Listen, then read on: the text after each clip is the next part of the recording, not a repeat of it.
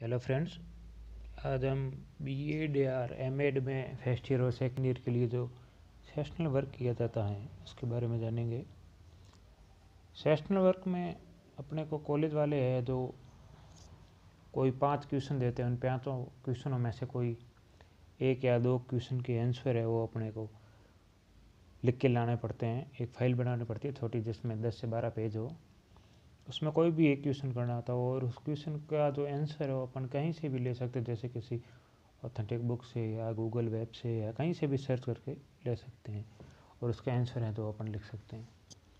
इसमें मैं एक कॉलेज का, मेरी कॉलेज का है वो मैं आपको बता दूं। उन्होंने हमें प्रश्न दिया था, तो हमारे पूर्वानुमान के आधार पर कुछ अच्छे अध्यापकों के बारे में एक प्रतिवेदन तैयार कीजिए तथा उनके पढ़ाने के तरीके की विशेषताएं लिखिए। इसके बारे में लिखना, इसके लिए सबसे पहले रूपरेखा लिखनी होती है।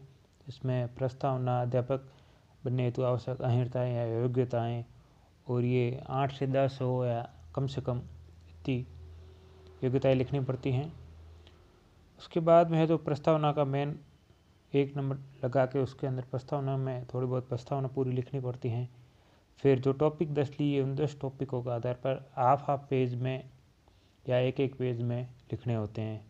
जैसे मैंने ये लिए, इसमें पहला टॉपिक है प्रस्तावना, दूसरा है अध्यापक बनने हेतु आवश्यक योग्यताएँ।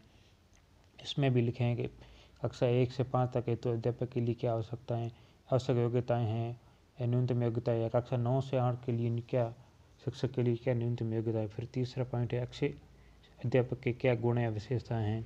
चौथा है वो है टॉपिक अध्यापक की क्या भूमिका रहती हैं। फिर है अध्यापक का क्या उत्तरदायित्व हैं। फिर है प्रायोगिक कार्य हैं। इसमें अलग अलग है अध्यापक का नाम है, जैसे कौन से अध्यापक के है वो अलग अलग, जो आपके स्कूल में है जहाँ आप इंटर्नशिप करें वहाँ ले सकते हो किस नाम के अध्यापक है, कौन सी सब्जेक्ट आपको पढ़ा रहा है, या क्या इसमें अध्यापक का व्यवहार कैसा है, उनकी कक्षा में कैसी भूमिका है, उनका विषय पर कितना अधिकार है और छात्रों के साथ में उनका कैसा व्यवहार है। ऐसा लिखने के बाद सबसे लास्ट में आपको है जो उपसंहार लिखना होता है।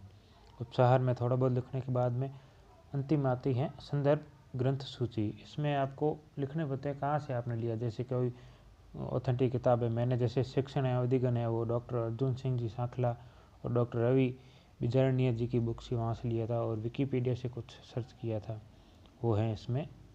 तो इस हिसाब से सेशनल वर्क बनाया जाता है। और सेशनल वर्क है वो उनके उसके अपने बीएड और में 20 नंबर यहाँ से कॉलेज से जाते हैं कम से कम।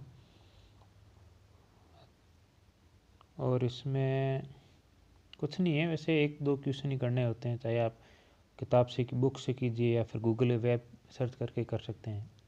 Thank you. और भी मैं वीडियो हैं जो डालता रहूँगा। Thank you.